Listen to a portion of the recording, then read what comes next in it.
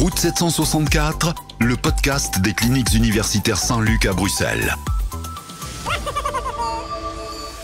L'équipe des soins intensifs pédiatriques des cliniques universitaires Saint-Luc assure une surveillance continue de chacun de ces petits patients, que ce soit après une intervention chirurgicale importante, un accident ou une maladie. C'est un milieu qui impressionne, parfois même angoisse. Pour créer l'atmosphère la plus chaleureuse possible et ajouter de la légèreté à un environnement de haute technicité, l'équipe a décidé de décorer le service au rythme des saisons. Entre l'ambiance de Noël en hiver, la plage en plein été ou encore l'univers d'Harry Potter à la rentrée, la créativité de l'équipe n'a aucune limite. Caroline Bleus a voulu en savoir plus et en parle avec Camille Niquez, infirmière, et le docteur Julien Tout-le-Monde. Oh, oh, oh, oh. Bonjour, je suis Camille Niquez, infirmière aux soins intensifs pédiatriques. Alors Camille, on peut suivre au fil des saisons des belles décorations au niveau des soins intensifs pédiatriques. On a toujours beaucoup de personnes extérieures qui s'émerveillent face à cette belle initiative. Comment elle est née, cette initiative? Est-ce que c'est récent? Alors, donc moi, je suis aux soins intensifs pédiatriques depuis à peu près 9 ans et c'était déjà instauré avant que je n'arrive. Et puis, en fait, c'était au départ 2 collègues infirmières, Virginie et Evelyne, qui s'occupaient de la décoration au fil des saisons. Et puis, à un moment donné, elles ont passé la main et on a décidé, en fait, de créer des petites équipes pour s'occuper chacun d'une saison ou d'une fête. Moi, particulièrement, j'étais sensible aux fêtes de Noël et donc, avec ma collègue Catherine, on fait la décoration de Noël chaque année et d'autres équipes font, par exemple, l'automne, l'été ou le carnaval de Binche, etc. Auriez-vous quelques exemples justement de thèmes qui ont déjà été abordés? J'entends le carnaval de Binche, je me souviens d'Harry Potter.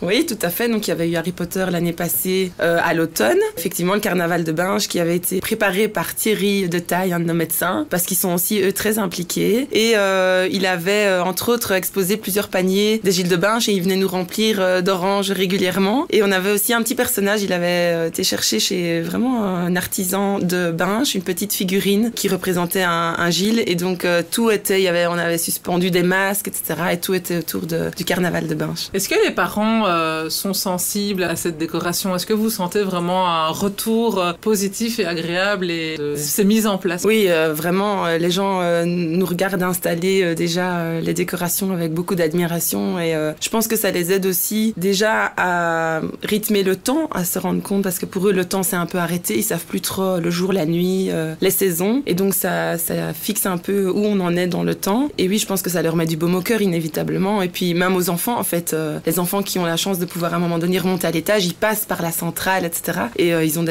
en général des paillettes dans les yeux. Et donc voilà. Comment ça se passe pour le groupe projet qui est chargé de la déco?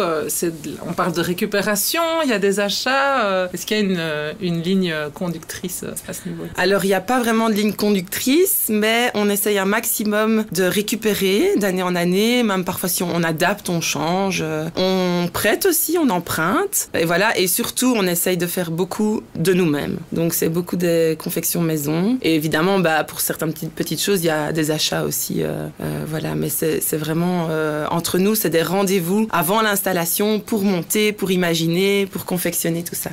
Est-ce que finalement, ce type d'initiative, ça ne contribue pas à créer un esprit d'équipe et à renforcer les échanges au sein de l'équipe des soins intensifs pédiatriques? Ah oui, ça c'est une évidence. On le fait de base, je pense, pour les patients et leur famille, mais c'est certain que ça a influencé énormément l'esprit d'équipe et d'ailleurs on est toujours super content une fois qu'on a installé d'avoir des retours de toute l'équipe quelle qu'elle soit, médicale, infirmière, les kinés, les diététiciens, etc. Et on voit même maintenant que d'année en année les gens savent qu'on installe une décoration et ils viennent voir parfois de l'étage, ils viennent pour voir la décoration. Oh, oh, oh, oh.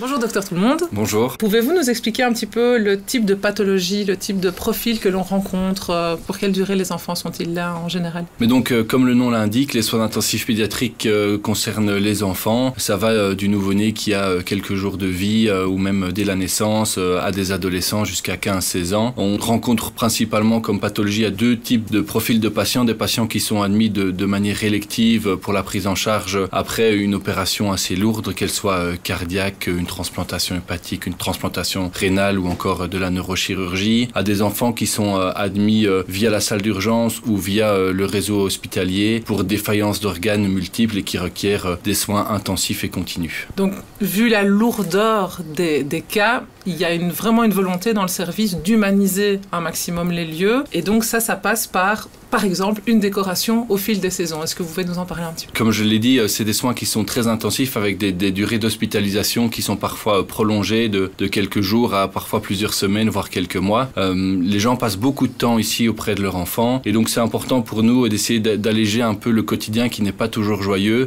par une décoration adaptée au fil des saisons pour pouvoir amener un peu d'humanité, pouvoir donner aussi un certain cadre temporel et pouvoir rappeler que voilà, c'est la période des fêtes, que c'est important de marquer le coup. Ça permet aussi d'apporter un peu de bonheur, un peu de magie dans des périodes qui sont parfois difficiles à vivre pour les enfants et pour leurs parents. Alors, une des particularités des soins intensifs pédiatriques, c'est que les parents sont quand même très présents au chevet de leurs enfants. On ne peut pas vraiment parler de visite, donc j'imagine que c'est quelque chose qui est aussi pris en compte dans l'atmosphère du service. Oui, ils sont là dès le matin jusqu'en fin de journée et parfois même la nuit. Donc, ils passent vraiment une grande partie de leur temps, de leur vie pendant l'hospitalisation de leur enfant dans le service. Et donc, c'est important aussi de pouvoir amener un petit peu de vie de tous les jours, de quotidien, de légèreté dans leur réalité. Vous êtes donc assistant spécialiste en soins intensifs pédiatriques. Qu'est-ce qui vous a donné envie de vous tourner vers cette spécialité ? Qu'est-ce qui vous plaît particulièrement ? Alors, c'est une approche que je trouve très globale de l'enfant dans son entièreté.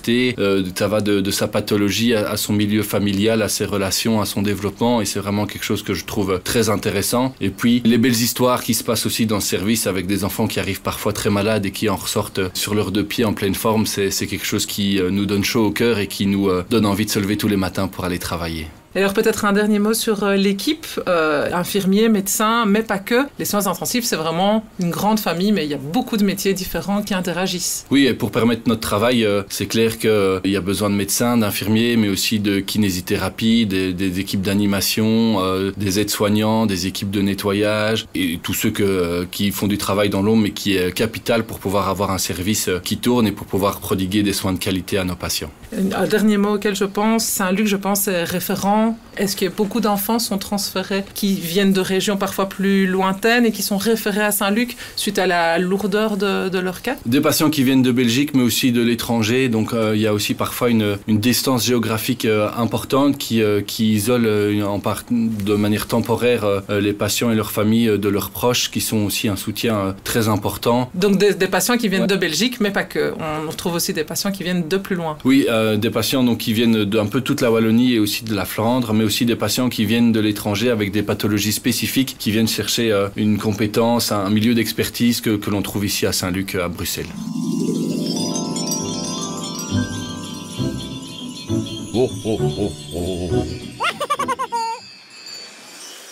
Au détour d'un couloir de l'unité des soins intensifs pédiatriques, Caroline fait une rencontre. Et comme vous allez l'entendre, l'effet de la décoration atteint son objectif. Moi, je suis Géraldine, maman d'accueil de Gloire, qui a 7 ans. Je suis ici avec elle, je l'accompagne pendant son séjour en Belgique pour la chaîne de l'espoir. Elle va subir une intervention cardiaque cet après-midi. Alors, c'est vrai que je trouve que les soins intensifs pédiatriques sont très bien décorés. C'est très important pour les enfants, mais aussi pour la famille, je pense, d'être dans cette ambiance de Noël. Il y en a qui passent quand même pas mal de temps ici et voilà, ça donne un peu de magie au moment des fêtes.